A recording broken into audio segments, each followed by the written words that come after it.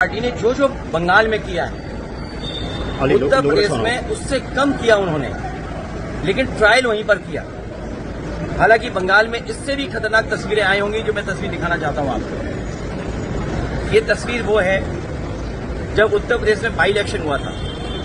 Forces को लगा करके लोगों को वोट रोका गया, वोट नहीं डालने दिया और चिन्हित कर करके कि कौन सा वोटर समाजवादी पार्टी का है उसको वोट डालने नहीं दिया जाएगा। और बंगाल में जो हुआ है, डेमोक्रेसी को डिस्ट्रॉय करने का रास्ता निकाला है। इतना लोकतंत्र को, डेमोक्रेसी को डैमेज किसी ने नहीं पहुंचाया होगा जितना भारतीय जनता पार्टी ने पहुंचाया।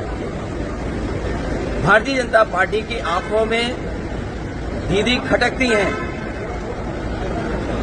भारतीय जनता पार्टी की आंखों में दीदी खटकती हैं, इसलिए क्योंकि वो आधी आबादी का प्रतिनिधित्व करती है। भारतीय जनता पार्टी सामंती सोच की है। इनके संगी साथी पुरुषवादी लोग हैं। ये कभी भी नारी को और महिला को बढ़ते हुए नहीं देख सकते, और ये हम लोगों ने पूर्व में भी देखा है।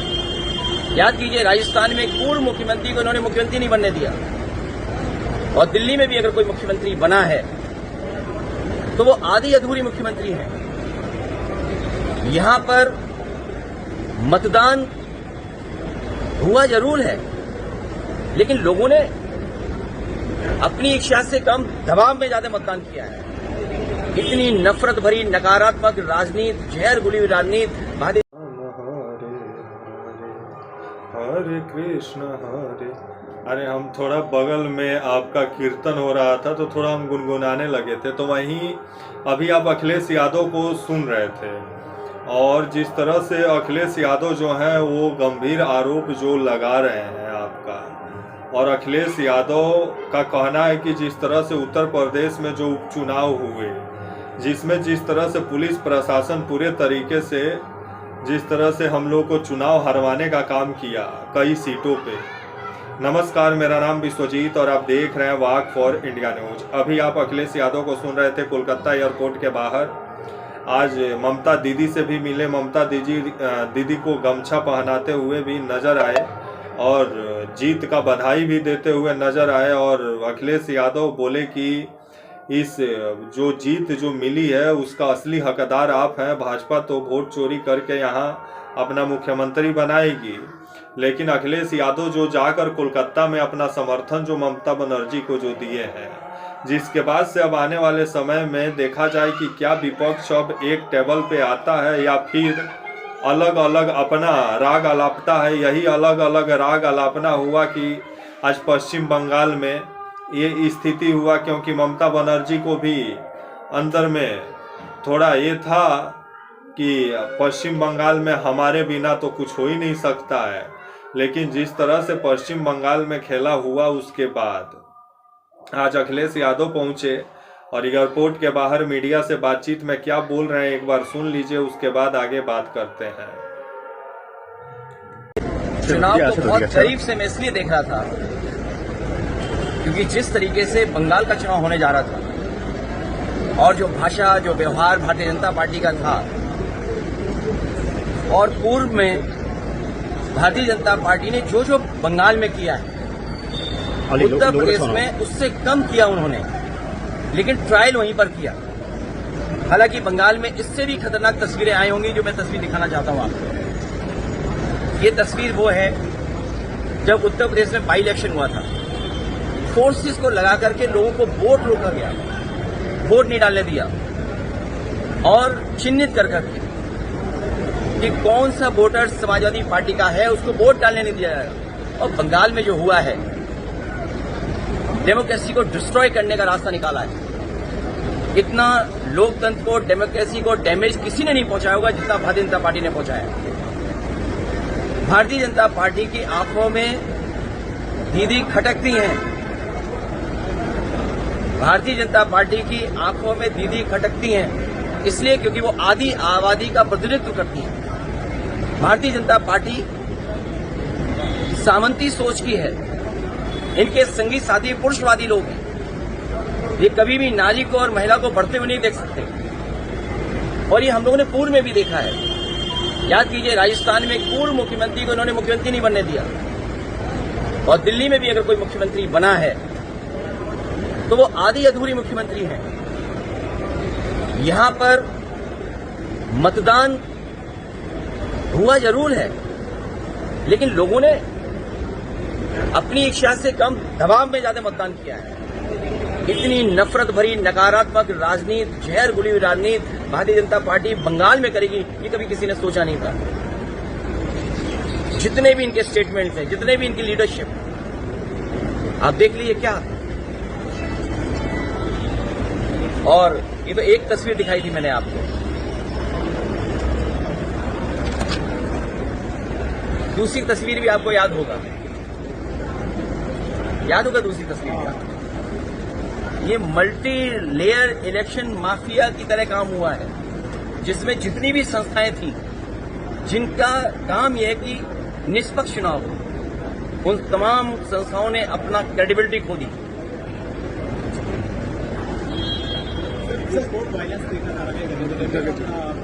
कई सारी घटनाएं देखने को मिली हैं और हालांकि दावा ये किया जा रहा था कि चुनाव के बाद ऐसी कोई स्थिति उत्पन्न नहीं होगी। भारतीय जनता पार्टी अराजकता पहले ऐसे ही काम करती है, और यहां पर तो ये भरोसा दिलाया था कि न जाने कितनी कंपनियां यहां पर रहेंगी जो चुनाव के बाद भी सुरक्षा व्यवस्था को संभालेंगी। आखिर वो कंपनियां क्या है? कहीं ऐसा तो नहीं कि 15 दिन की छुट्टी दे दी गई हो उनको। शुभेंदु अधिकारी का जो पीए है उन पे उसको भी मर्डर किया गया है ऐसा एलिगेशन है। अब सेंट्रल फोर्स और ये विजिलेंस का सवाल भी है। किसी के करीबी की जान जाना या पॉलिटिकल वर्कर के साथ व्यवहार होना और टीएमसी की पार्टी कार्यालय को जलाना, उनके कार्यकर्ताओं के साथ ये व्यवहार करना, ये जिम्मेदारी किसकी है? आप ये सिक्योरिटी देने की जिम्मेदारी किसने ली थी? इलेक्शन कमीशन, देश के होम मिनिस्टर। तो उन्होंने तो ये कहा था कि हमने लाखों सेंट्रल फोर्स भेजी है। सुनने में आया 3 लाख से ज्यादा यहां पर सेंट्रल फोर्स भेजी गई थी और एक पैरेलल स्ट्रक्चर क्रिएट किया गया था, पैरेलल स्ट्रक्चर। और उसमें बड़ी संख्या में यूपी के भी लोग थे, बड़ी संख्या में। और हमारी तो जानकारी में ये भी है कि बंगाल का चुनाव जो सेंट्रल फोर्स आई थी वो यूपी की आई थी, बिहार की आई थी, जो बॉर्डर से वहां से खाली कर करके यहां लेके आए थे। जब यूपी में चुनाव होगा तो बंगाल की फोर्स, आसाम की फोर्स, नागालैंड की फोर्स, अरुणाचल की फोर्स जाएगी। अखिलेश यादव जिस तरह से एयरपोर्ट के बाहर मीडिया से बातचीत में बोले कि जिस तरह से उत्तर प्रदेश से फोटो भी लेके आए थे विभिन्न जगहों पे, जिस तरह से पुलिस प्रशासन के द्वारा जो मुस्लिम वोटर इलाके थे वहाँ जिस तरह से रोक लगाया गया था, विभिन्न जगहों से तस्वीर भी आया था उपचुनाव में, वो तस्वीरों को दिखाते हुए नजर आए कोलकाता एयरपोर्ट के बाहर। जिसके बाद से वहाँ से डायरेक्ट ओबराय जो थे वो जिस तरह से मतलब उनको लेके गए, आपके जो हैं ममता बनर्जी से मिलाए, जहाँ मतलब आपके जो हैं अभिषेक बनर्जी से गला भी मिले। उसके बाद जिस तरह से आप सुने ही कि अब चुनाव को लेकर के अब विपक्ष क्या करेगा आने वाले समय में। अगर विपक्ष को चुनाव आयोग पे भरोसा नहीं है, अगर ईवीएम पे भरोसा नहीं है, तो विपक्ष ऐलान करे कि हम चुनाव नहीं लड़ेंगे जब तक बैलेट पेपर से चुनाव नहीं होगा।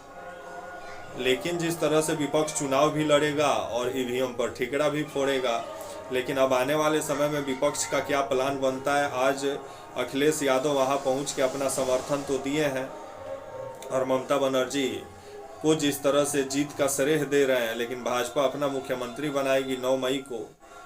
और आज अखिलेश यादव से बातचीत भी हुआ ममता बनर्जी का, तो वहीं आने वाले समय में देखा जाए कि क्या विपक्ष एक टेबल पे बैठता है, क्या एक अपना विचारधारा बनाता है, क्या जो मुद्दे हैं उसको एक टेबल पे बैठ के एक मुद्दा तो डिसाइड करे कि भाजपा से किस मुद्दे पर चुनाव लड़ना है।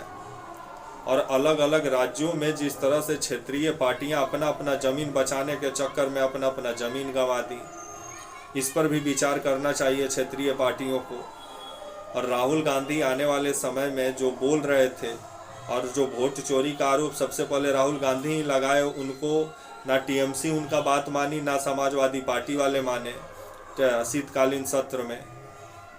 तो वहीं अब ममता बनर्जी को अब लग रहा है कि जब उनका सत्ता खसका है तब आने वाले समय में देखा जाए क्या होता है, विपक्ष एक टेबल पे बैठता है कि नहीं। तो वहीं आज कोलकाता पहुंचकर अपना समर्थन जताए हैं अखिलेश यादव, जहां ममता बनर्जी से भी बात हुआ और और गंभीर आरोप भी लगाए भाजपा पे कि भाजपा जो है यहाँ चोरी करके सरकार बनाई है, और विभिन्न जगह उसका एग्जाम्पल देते हुए नजर आए उत्तर प्रदेश का उपचुनाव। तब आने वाले समय में विपक्ष क्या रणनीति बनाता है भाजपा को लेकर के, क्योंकि अगला चुनाव उत्तर प्रदेश में है, तो क्या होता है उत्तर प्रदेश में, क्या विपक्ष जो है एकजुट नज़र आता है कि ऐसा ही नज़र आता है, ये तो मालूम ही चल जाएगा कुछ दिन में। तब तक के लिए आप मुझे इजाज़त दीजिए और आप हमारे चैनल को लाइक करें, सब्सक्राइब करें, शेयर करें, बेल आइकन का बटन दबाना ना भूलें। चैनल के लिए कुछ डोनेट करना चाहते हैं तो करें, मेरा मनोबल बढ़ाएं ताकि आप लोग के लिए मैं ऐसा ही वीडियो बनाता रहूं। नमस्कार, जय हिंद, वंदे मातरम।